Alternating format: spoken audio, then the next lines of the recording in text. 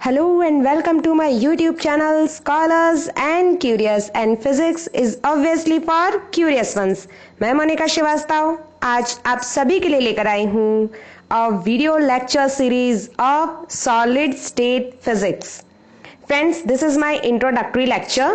पूरा लेक्चर देखिए, एनालिसिस कीजिए, जो कमियां हैं मुझे सजेशंस दीजिए, कमेंट बॉक्स में कमेंट कीजिए. This lecture is for CSIR, NET, JRF, GATE, IIT, JAM, JEST et cetera physics exams. And ये इंट्रोडक्टरी लेक्चर है, इसलिए ये स्कूल लेक्चरर और university MSc entrance exams and various SSC and air force जहां भी physics आती है उन सभी एस्पिरेंट्स के काम की भी ये वीडियो लेक्चर है. So let's start friends. मैं आपको बहुत ही सिंपल तरीके से सॉलिड स्टेट का इंट्रोडक्शन देते हुए इस सब्जेक्ट में एंटर करवाना चाह रही हूं. तो चलिए आइए मेरे साथ.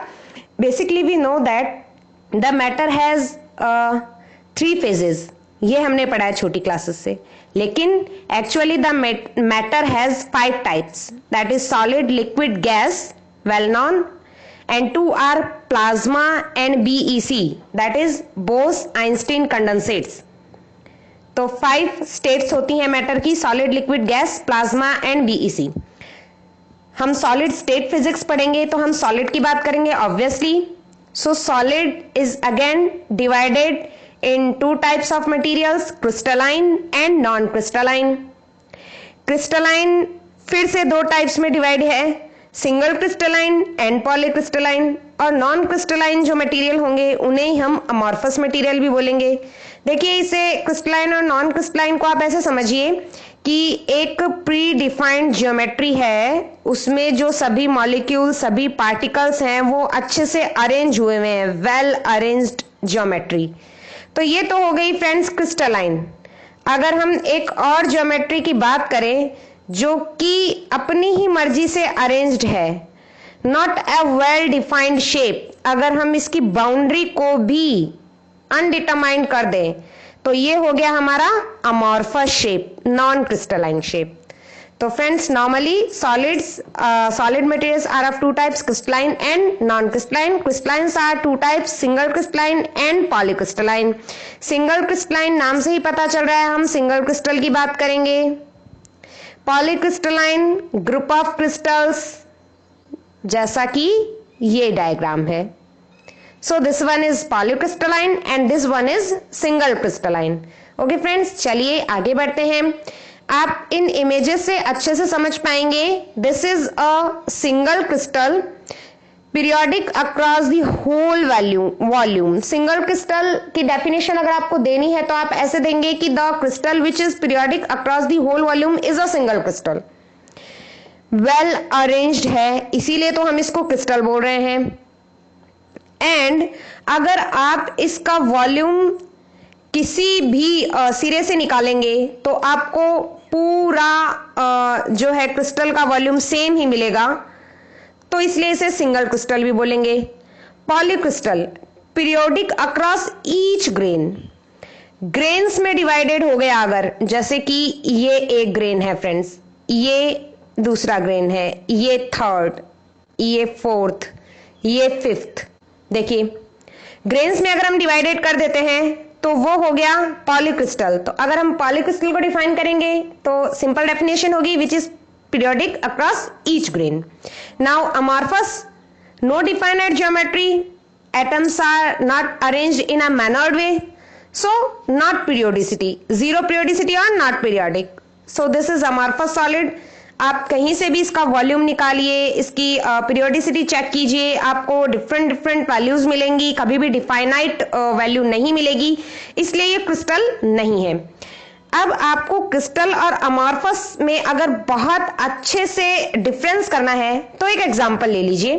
जैसे कि मैं आपको बताती हूं, कैल्शियम कार्बोनेट CaCO3. अगर कैल्शियम कार्बोनेट से मार्बल बनाया जाता है, मार्बल हम जो घरों में यूज करते हैं, तो वो हो गया कैल्शियम कार्बोनेट का क्रिस्टलाइन स्ट्रक्चर. और अगर उसी CaCO3 से कैल्शियम कार्बोनेट से चौक बनाई जाती है जो ब्लैक बोर्ड पर लिखने के काम आती है, तो वो हो गया उसका अमॉर्फस यानी नॉन क्रिस्टलाइन स्ट्रक्चर. तो देखिए फ्रेंड्स, एक ही कैल्शियम कार्बोनेट, सेम एग्जांपल, और डिफरेंस यहां से हमें पता चल गया कि कैल्शियम कार्बोनेट क्रिस्टलाइन स्ट्रक्चर में कब है, जब वो मार्बल बना। कैल्शियम कार्बोनेट अमॉर्फस स्ट्रक्चर में कब है, जब उससे चॉक बनाई गई। इसे और अगर हम एक डोमेस्टिक एग्जांपल से समझें तो देखिए फ्रेंड्स, आपने घर पे हलवा बनाया, सीरा बनाया, ठीक है, पूरा अच्छे से आटे को सेक लिया, उसमें आपने जैसे ही पानी डाला, अब आपका वो हलवा गरम गरम है, अभी पक रहा है, और आप क्या करें, उसको जल्दी जल्दी ठंडा कर कर तुरंत प्याली में निकाल कर फूंक मारते जा रहे हैं, ठंडा करते जा रहे हैं और उसको खा रहे हैं, उसका टेस्ट अलग होगा। अब क्या कीजिएगा, उस हलवे को बनाकर प्याले में लगाकर थोड़ी देर के लिए रख दीजिए, उसे ठंडा होने दीजिए, नेचुरली कूल होने दीजिए। थोड़ी देर बाद आप जब उसको खाएंगे तो आपको उसका टेस्ट अलग लगेगा। अगर इस एग्जांपल से मैं आपको समझाऊं तो हमने फर्स्ट वाले केस में क्या किया, हमने उस हलवे को जबरदस्ती ठंडा किया क्योंकि हमें थोड़ा गर्म ही खाना था, और उसका जो रियल टेस्ट था वो कुछ अलग हुआ, जो हमारी जीभ को लगा। इसको हम अमॉर्फस समझ सकते हैं, अलग स्ट्रक्चर है। और जब हमने उस हलवे को थोड़ी देर पड़ा रहने दिया तो देखेंगे आप, थोड़ा वो थिक हो जाता है, टाइट हो जाता है, उतना सॉफ्ट नहीं रहता। सेकंड केस में वो थोड़ा टाइट हो जाएगा। टेस्ट इसलिए अलग हो गया क्योंकि हमने उसकी एनर्जी को उसके अकॉर्डिंग ही निकलने दिया, हमने जबरदस्ती उसकी हीट को निकाला नहीं, उसकी एनर्जी को धीरे धीरे धीरे निकलने दिया, और वो एक सेल्फ अरेंज हो गया, एक मैनर्ड वे में सेट हो गया। अब उसका टेस्ट चेंज हो गया, तो हम इसको क्रिस्टलाइन बोलेंगे। ठीक है फ्रेंड्स, तो यहां से अब आपको बहुत अच्छे से समझ में आ गया होगा, आई होप। आगे चलते हैं, हम बात करेंगे क्रिस्टलोग्राफी की। सॉलिड स्टेट फिजिक्स इसीलिए पढ़ी जाती है ताकि हम क्रिस्टलोग्राफी को पढ़ सके। क्रिस्टलोग्राफी क्या है? Crystallography is experimental science of determining the arrangement of atoms in crystalline solids. Crystalline solids क्या है, तो मैंने आपको बता ही दिया। जब हमें उन सॉलिड्स का अरेंजमेंट डिटरमाइन करना हो तो जो एक्सपेरिमेंटल साइंस की जो ब्रांच है, दैट इज क्रिस्टलोग्राफी। देखिए फ्रेंड्स, यहां पर आपको एक डायग्राम में पानी की बूंद दिख रही है। अगर इस पानी की बूंद को एज इट जमा दिया जाए, ये यहां पर जमी हुई बूंद हो, कोल्ड ड्रॉप या फ्रोजन ड्रॉप, तो इसे क्रिस्टल ड्रॉप या क्रिस्टल बोलेंगे। अगर हम इसकी स्टडी करते हैं तो ये क्रिस्टलोग्राफी कहलाएगी। ये एग्जाम्पल ग्रीक वर्ड क्रिस्टेलॉन, जो जिससे कि क्रिस्टलोग्राफी बना है, क्रिस्टेलॉन का मतलब ही होता है कोल्ड ड्रॉप या फ्रोजन ड्रॉप, वहां से लिया गया है। देखिए फ्रेंड्स, ये भी is a type of crystal, एक टाइप का क्रिस्टल है। ये एक टाइप का क्रिस्टल अरेंजमेंट है, ये भी एक टाइप का क्रिस्टल अरेंजमेंट है। तो crystallography is the study of various types of crystal arrangements. Now let's come into the history of crystallography. सबसे पहले सर जोहान्स केपलर, जिन्होंने स्नोफ्लेक क्रिस्टल्स में हेक्सागोनल सिमेट्री को बताया था, सर जोहान्स केपलर, तो उन्हीं को क्रिस्टलोग्राफी के जनक माना जाता है। उन्होंने एक्सरे डिफ्रेक्शन पैटर्न या एक्सरेज क्रिस्टल पर डालकर उसकी स्ट्रक्चर के बारे में पता किया था। एक्सरेज या एक्सआरडी से, एक्सरे डिफ्रैक्शन पैटर्न से हम कैसे क्रिस्टल की ज्योमेट्री डिफाइन करते हैं, ये हम आगे वीडियो लेक्चर्स में पढ़ेंगे और सीखेंगे भी, but this is just for basic knowledge. Next, why is crystallography important? हमें क्यों पढ़नी है क्रिस्टलोग्राफी? इतने सारे टॉपिक हैं फिजिक्स में, कोई सा भी पढ़ लेंगे। सॉलिड स्टेट ही क्यों, और फिर क्रिस्टलोग्राफी ही क्यों? तो चलिए देख लेते हैं।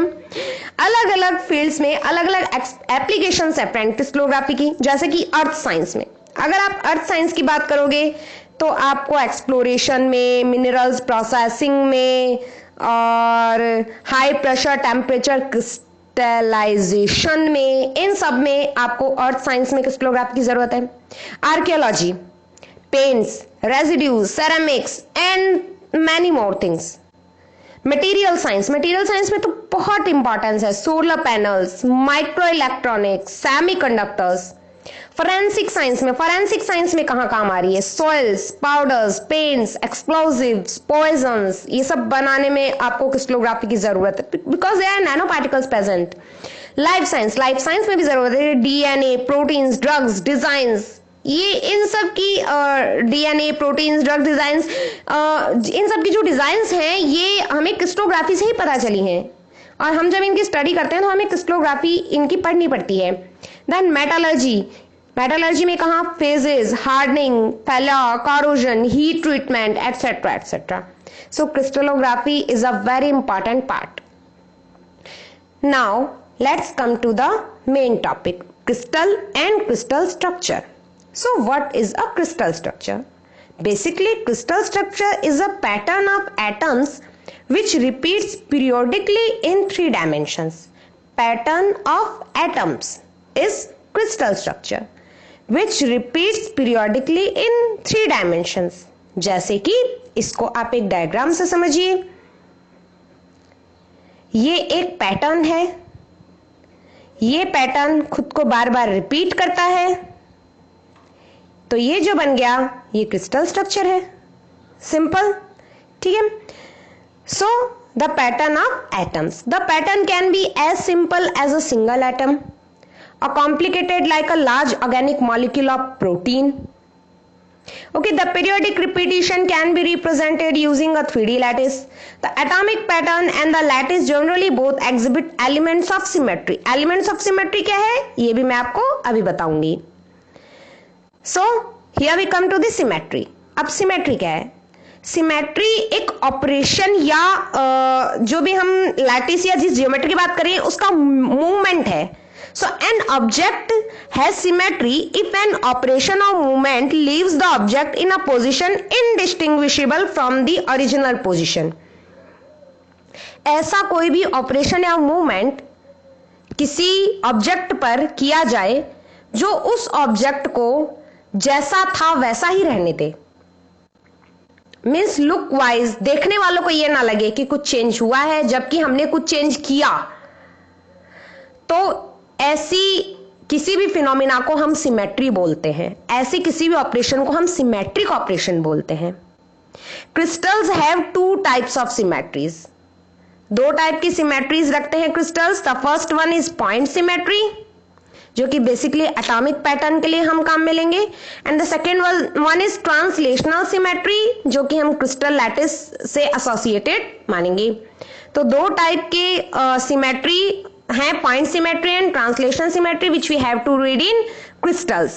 तो सिमेट्री का मतलब समझ गए आप. जैसे कि आपने ए बनाया, ठीक है. अब आप क्या कीजिए, ये लेफ्ट साइड है, ये राइट साइड है, या ये लेफ्ट साइड है, ये राइट साइड है. अब आप क्या कीजिए, इस ए को घुमा दीजिए इस तरह से. यानी अब की बार आपने क्या किया, लेफ्ट साइड को राइट में रख दिया और राइट साइड को लेफ्ट में. बट कोई फर्क पड़ा क्या? देखने वाले को नहीं लगेगा. तो ये जो है, जो हमने घुमाया इसका प्लेन या जो भी हमने ऑपरेशन इस पर किया, वो इसका सिमेट्री ऑपरेशन बना. ओके फ्रेंड्स, चलिए नेक्स्ट चलते हैं लैटिस की तरफ. लैटिस क्या होता है? ये पैटर्न आपको आपकी स्क्रीन पर दिख रहा होगा. It is a beautiful pattern.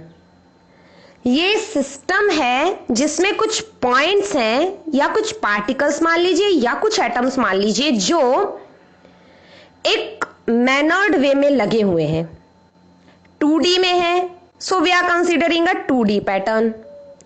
ये जो पॉइंट्स हैं ये सभी पॉइंट्स लैटिस पॉइंट्स कहलाते हैं. जितने भी पॉइंट्स हैं ये सभी पॉइंट्स हैं फ्रेंड्स लैटिस पॉइंट्स. अगर इन पॉइंट्स का एक पीरियोडिक अरेंजमेंट हो और एक बाउंड्री में डिफाइन कर दिया जाए तो फ्रेंड्स एक लैटिस बन जाता है.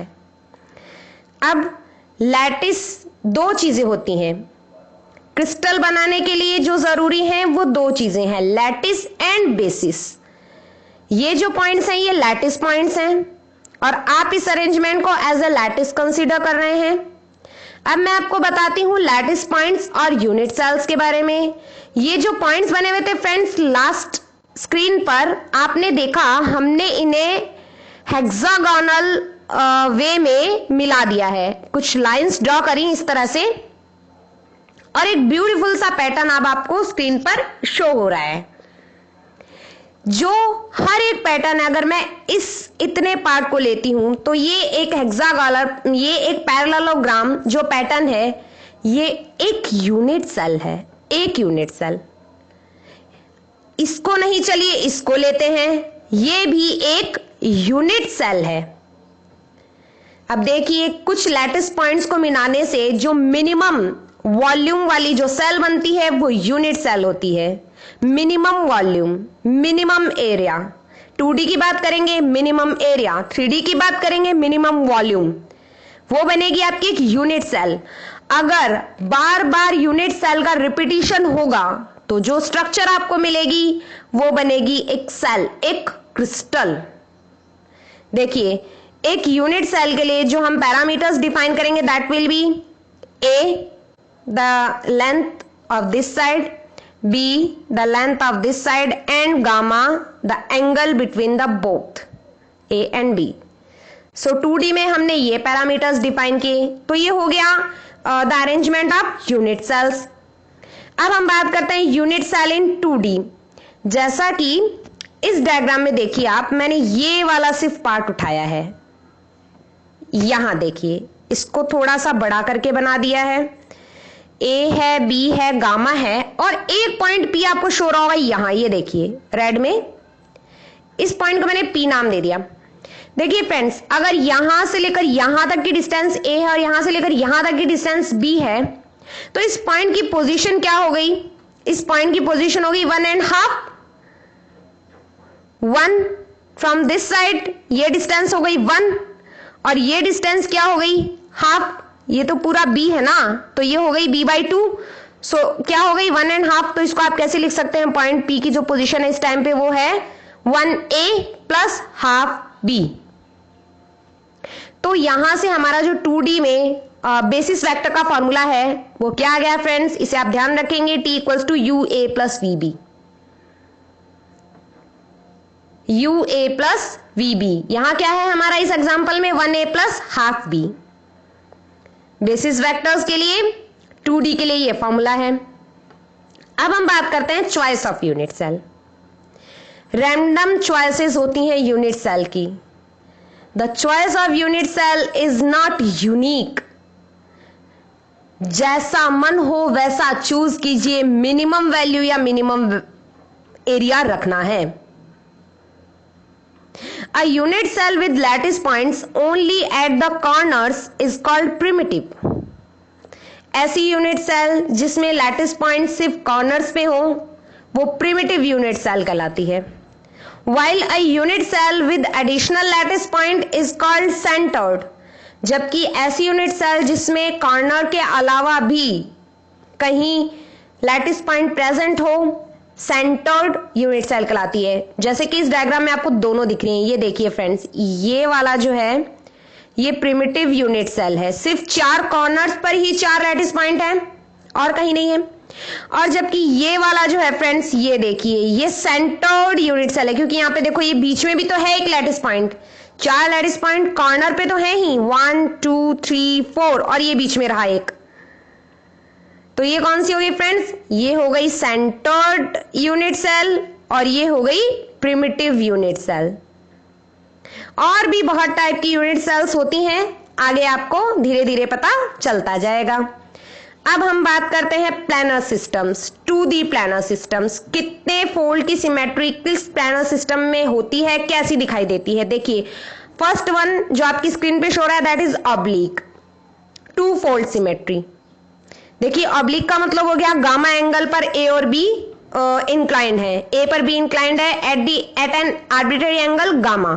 तो 3 पैरामीटर्स हो गए इसके, ए बी एंड गामा।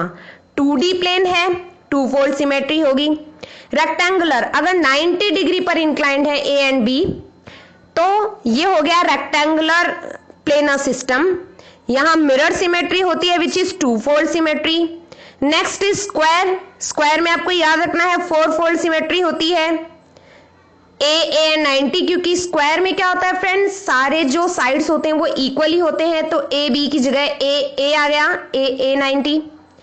तो next one is hexagonal. Hexagonal जो है वो 6-4 सिमेट्री होती है, ए एंड 120। एंगल कितना हो गया, 120। हेक्सागोनल के लिए एंगल ध्यान में रखेंगे आप 120।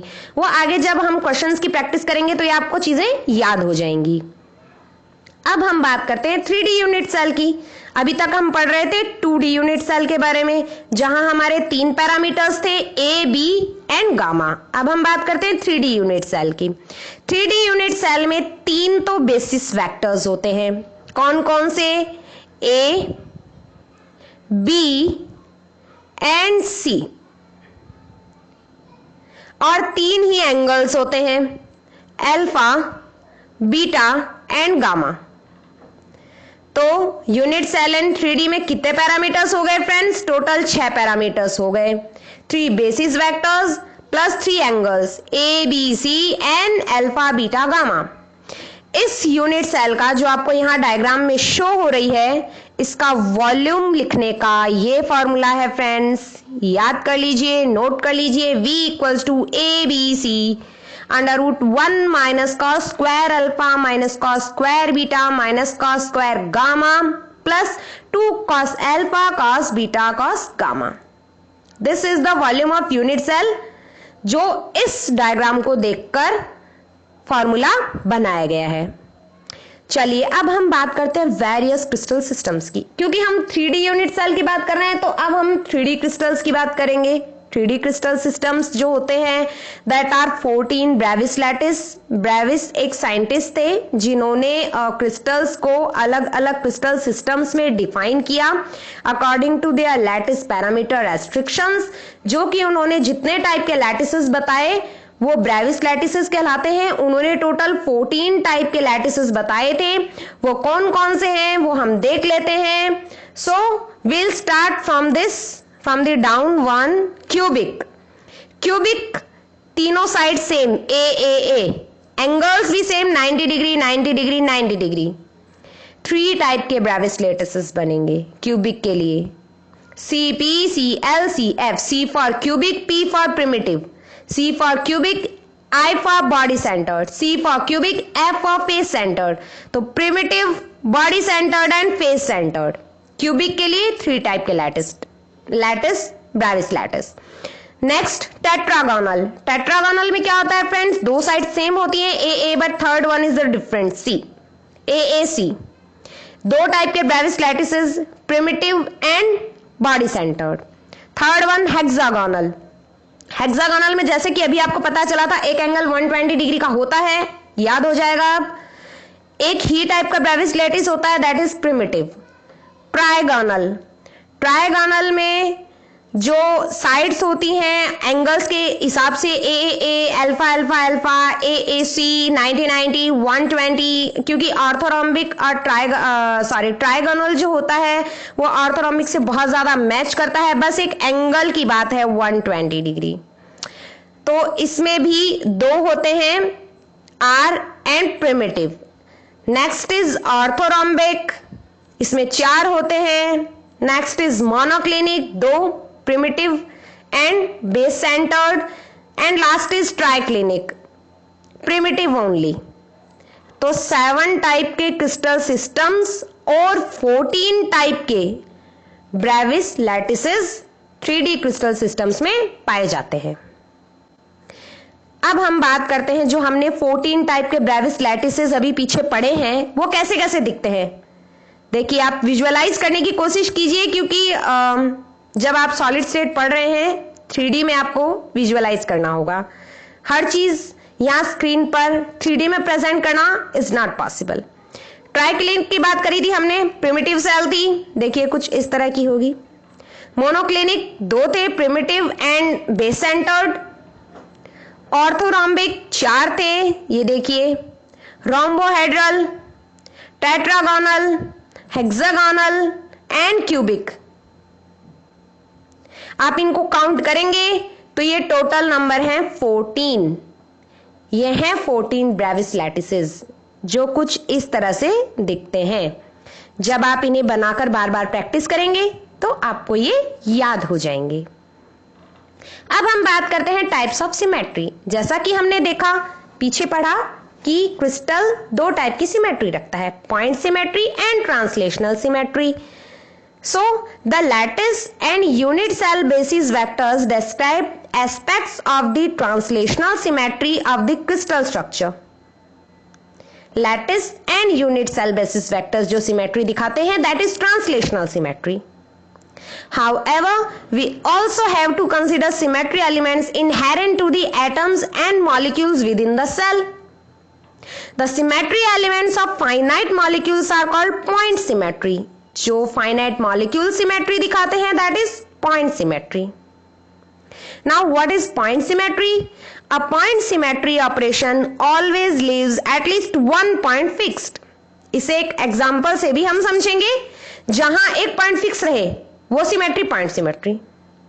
ठीक है, rotation axis, mirror planes, centres of symmetry and improper rotation axis are all elements of point symmetry. Point symmetry के ये सारे elements होते हैं। Collection of point symmetry elements for finite molecules are called point groups. Point symmetry का एक group या इन सभी point symmetry elements का एक कलेक्शन point group कहलाता है। ठीक है फ्रेंड्स, हम बात करते हैं सबसे पहले रोटेशनल एक्सिस पॉइंट सिमेट्री की। एक टाइप की पॉइंट सिमेट्री है ना, तो रोटेशनल एक्सिस पॉइंट सिमेट्री में जो हम फॉर्मूला काम में लेंगे, the rotation of 360 degree upon n. यहां जो एन है ये है हर्मन माउगिन नोटेशन, या इसे सीएन भी कहीं कहीं लिखेंगे आप, जिसे शोनफ्लाइज नोटेशन भी बोलते हैं। देखिए, क्रिस्टल्स जो है वो 1 2 3.6 रोटेशन एक्सिस रखते हैं। रोटेशनल एक्सिस 1 2 3 4 या 6। दो एग्जाम्पल्स हैं आपके सामने। ये है CHCl3, आपने बहुत बार नाम सुना होगा, और ये है HCl3। देखिए यहां पर रोटेशन एक्सिस, ये देखिए, ये अगर इस एक्सिस के अराउंड ये पूरा सिस्टम रोटेट करता है तो ये एक्सिस इसकी रोटेशन एक्सिस हो गई। अगर इस पॉइंट को फिक्स कर दिया जाए और यहां पर हमने कोई यहां परपेंडिकुलर एक एक्सिस खींची हुई है और इस एक्सिस के अराउंड पूरा सिस्टम रोटेट कर रहा है, तो ये रोटेशनल एक्सिस हो जाएगी। समझ गए? हम बात करते हैं next point symmetric element mirror plane की। तो जैसा कि मैंने अभी आपको पीछे एग्जांपल दिया था, ए इंग्लिश अल्फाबेट है ए, आप इसको एक मिरर प्लेन के थ्रू काट दीजिए। अगर ये राइट साइड है, ये लेफ्ट साइड है, आपने मिरर प्लेन लगाया, इसको राइट कर दिया, इसको लेफ्ट कर दिया, कोई फर्क पड़ेगा नहीं। ये एक टाइप की पॉइंट सिमेट्री है और जो एलिमेंट है दैट इज मिरर प्लेन। ऐसा ही कुछ आपको इस डायग्राम में शो होगा। देखिए, अगर आप ध्यान से देखेंगे तो वही वाला एग्जाम्पल है ए वाला। नेक्स्ट हम चलते हैं सेंटर ऑफ सिमेट्री या इन्वर्जन पॉइंट। ये भी पॉइंट सिमेट्री का एक एलिमेंट है। तो ये देखिए, ये अगर कोई एक्सिस है और सेंटर ऑफ सिमेट्री अगर आप इस पॉइंट को माने या इस पॉइंट को माने, आपने इन दोनों की पोजीशन अगर चेंज कर दी तो भी आपका जो क्रिस्टल का सिमेट्री है वो चेंज नहीं होता है। तो ये inversion point centre of symmetry कहलाती है। नेक्स्ट हम चलते हैं इम्प्रॉपर रोटेशनल एक्सिस या improper rotation axis. An improper rotation axis combines two operations, दो ऑपरेशन को कंबाइन करती है। A Hermann Mauguin improper rotation axis referred to with the symbol N bar, Hermann Mauguin constant था N, is a combination of rotation by 360 degree upon n followed by inversion through a point। तो जब हम दो symmetry को काम में ले, जैसे कि इन्वर्जन कर दिया एक पॉइंट के थ्रू, इन्वर्जन पॉइंट सिमेट्री भी काम में ले ली, और हमने हर्मन मैग्विन कांस्टेंट को काम में लेते हुए 360 डिग्री बाय n से भी रोटेट करवा दिया, तो ऐसी इम्प्रॉपर रोटेशन एक्सिस सिमेट्री कहलाती है। अगर ऐसी किसी क्रिस्टल में होती है, ये ज्यादातर हेक्सागोनल क्रिस्टल में दिखेगी, इसीलिए ये डायग्राम मैंने यहां पर दिया हुआ है।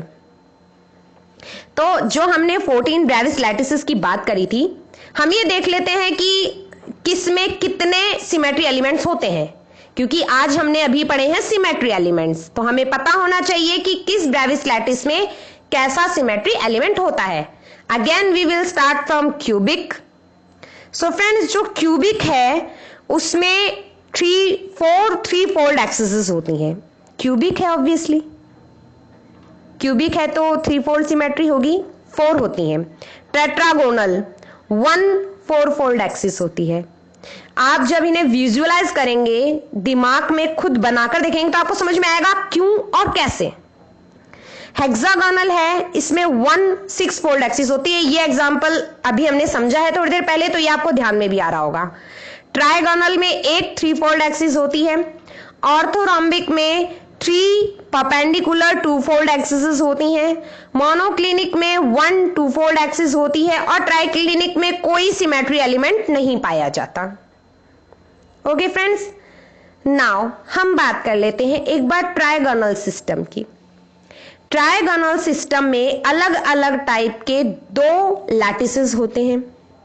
देखिए, first and second 2 cases, 2 diagrams आपकी स्क्रीन पर शो हो रहे हैं। फर्स्ट वाले में देखिए, जैसा कि मैंने आपको बताया था कि ट्राइगोनल में जब हम ब्रेविस लैटिस की बात कर रहे थे तो 2 कॉन्फ़िगरेशंस थे, तो मैं उन्हीं 2 को समझाने की यहां पर कोशिश कर रही हूं विस्तार से। A primitive cell can be chosen with, primitive cell क्या होती है, ए बी बराबर हो सकता है, अल्फा बीटा भी 90 हो सकता है, गामा 120 हो सकता है। ठीक है, एक तो ये कॉन्फ़िगरेशन हो सकता है। या a primitive cell can be chosen with A B C तीनों इक्वल हो सकते हैं, अल्फा बीटा गामा भी इक्वल हो सकते हैं, बट 90 डिग्री नहीं हो सकते।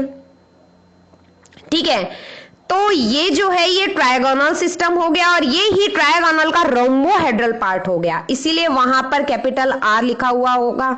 आप जब इस वीडियो को दोबारा देखेंगे तो आपको ये अच्छे से समझ में आएगा। जब ब्रेविस लैटिस हमने पढ़े हैं तो वहां पर ट्रायगोनल में 2 कॉन्फ़िगरेशन पढ़े हैं, और वो 2 कॉन्फ़िगरेशंस कैसे कैसे दिखते हैं यहां देख लीजिए डायग्राम में। बिल्कुल इजी है समझने के लिए। देखिए, हेक्सागोनल या रोम्बोहेड्रल लैटिस आपको कैसा दिखेगा। ये सिर्फ मैंने एक इमेज उठाई है गूगल सोर्स से, जो कि बहुत ही ब्यूटीफुल इमेज थी, इसलिए मैंने यहां डाल दी। हेक्सागोनल की हम बहुत बात करेंगे, हम बहुत सारे क्रिस्टलोग्राफी में ऐसे क्रिस्टल्स पढ़ेंगे जो हेक्सागोनल स्ट्रक्चर्स रखते होंगे, इसलिए ब्यूटीफुल सा डायग्राम मैं आप लोगों के लिए यहां पर लेकर आई हूं। तो friends, this was all for today. Thank you for watching. If you like the content, hit like, subscribe the channel and share to your friends too. Keep working hard, stay home, stay safe. Thank you.